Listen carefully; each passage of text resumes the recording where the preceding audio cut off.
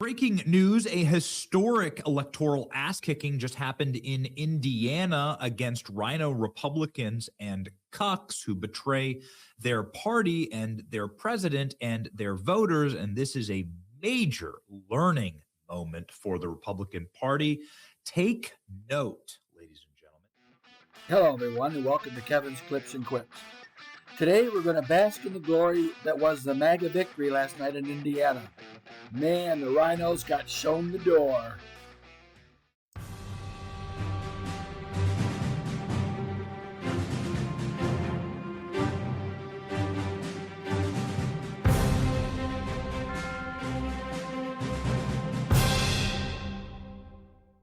This is how Indiana voted in the 2024 election. You can see that Kamala Harris won only 3 counties in the entire damn state. Donald Trump won 60% of the vote. Kamala Harris couldn't even get 40% in the Midwest state. It is a hard right state, and it loves President Trump. Look at the breakdown for the House and the Senate. This is the House. This is the state House. 70% of the state House, an absolute and total dominant Republican supermajority. In the Senate, of 50 senators, 40% of them are Republican. Okay, we're all going to give Benny a pass here. We all know that it's 80%. It's 40 senators out of 50, which is 80%. He knows that, you know that, and now we all know that. So this is something that is a rout when it comes to the party line and who controls the state. Yet, in spite of this, Indiana gives 2 districts, congressional districts, to Democrats. Well, that don't make no sense. How's that possible? This certainly wouldn't happen in a left-wing state. The Democrats certainly wouldn't do that. And President Trump said, why is Indiana giving 2 seats to Democrats in the House? They don't represent you or the people there. Why are we carving up districts? Because of our white guilt? Like, what is this exactly? And Trump said, you better redistrict. I don't want to hear these Democrats whine about any of this. Have you seen Illinois? Yeah. Shut up. Indiana senators rejected President Trump. The House passed it overwhelmingly. But the senators were completely cucked. And they probably got calls from Barack Obama. And they got calls from George Clooney. And they got calls from Nancy Pelosi. And they felt special. And they got patted on the head by the media. I'll tell you who they got a call from. And Betty is way too nice to say it, so I'll say it. They probably got calls from Mike Pence and the people that hang out with him. That's where the calls came from, to talk to these Republican senators and have them vote no. Because they didn't realize the power that America First has in Indiana. It has a lot more than they knew, but they certainly know now. It was all Mike Pence. You can take that to the bank. And so Republicans joined with Democrats and voted against redistricting 31-19. Well, that's pretty devastating. It wasn't even particularly close. So let's see here. 21 Republicans broke with the National Party line and voted against the House bill that would have redistricted and given Republicans +2 in the House. Ladies and gentlemen, amazing thing just happened tonight. Vengeance against those senators in an absolute and total electoral bloodbath in Indiana. As far as we are tracking right now, virtually every single one of the senators who voted against redistricting has lost their seat. Every Trump candidate has won tonight.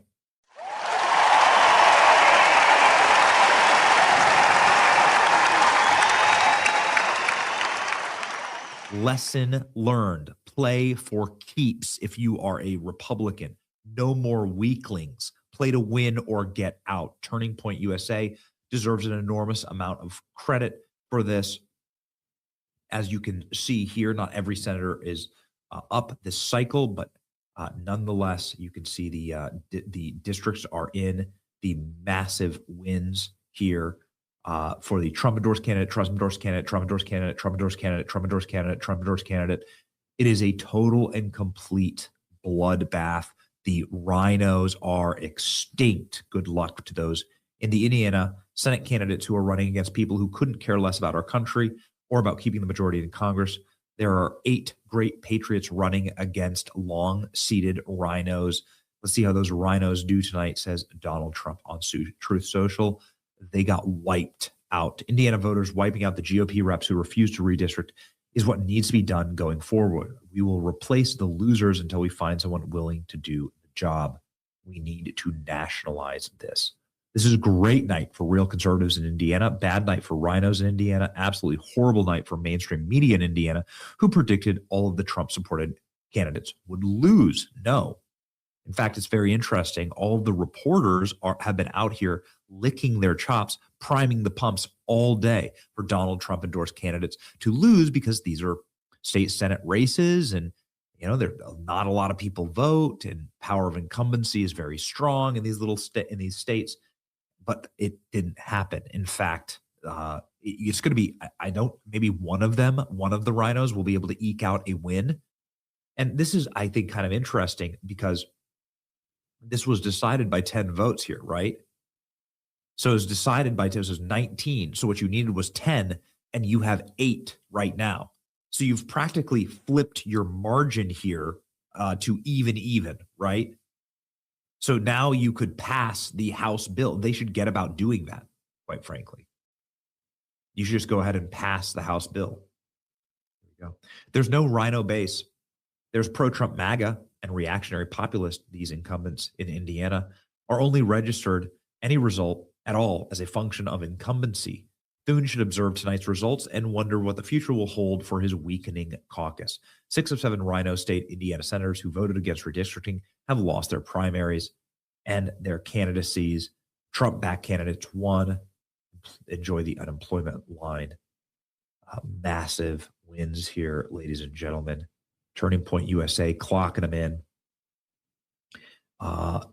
Indiana State Senate candidates are out. The fact that the Republicans in Indiana who voted against redistricting losing their seats just shows how important voting in primaries is. Everything is proceeding as I have foreseen.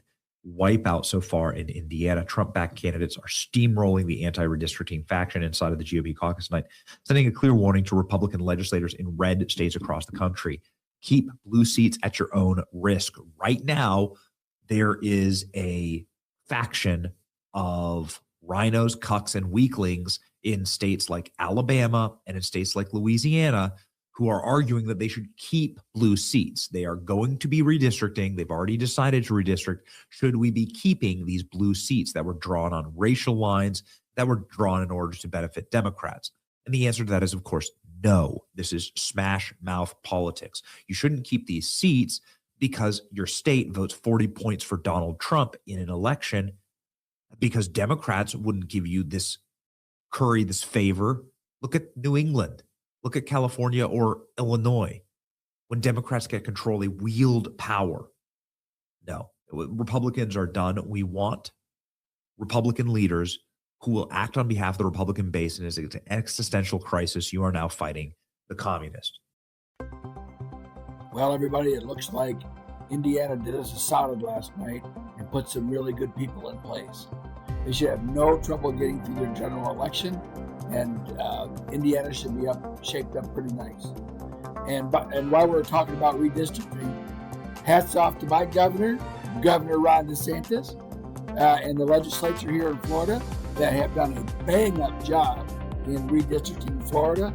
And I want to say congratulations, Debbie Wasserman Schultz. You are retired. Have a great day.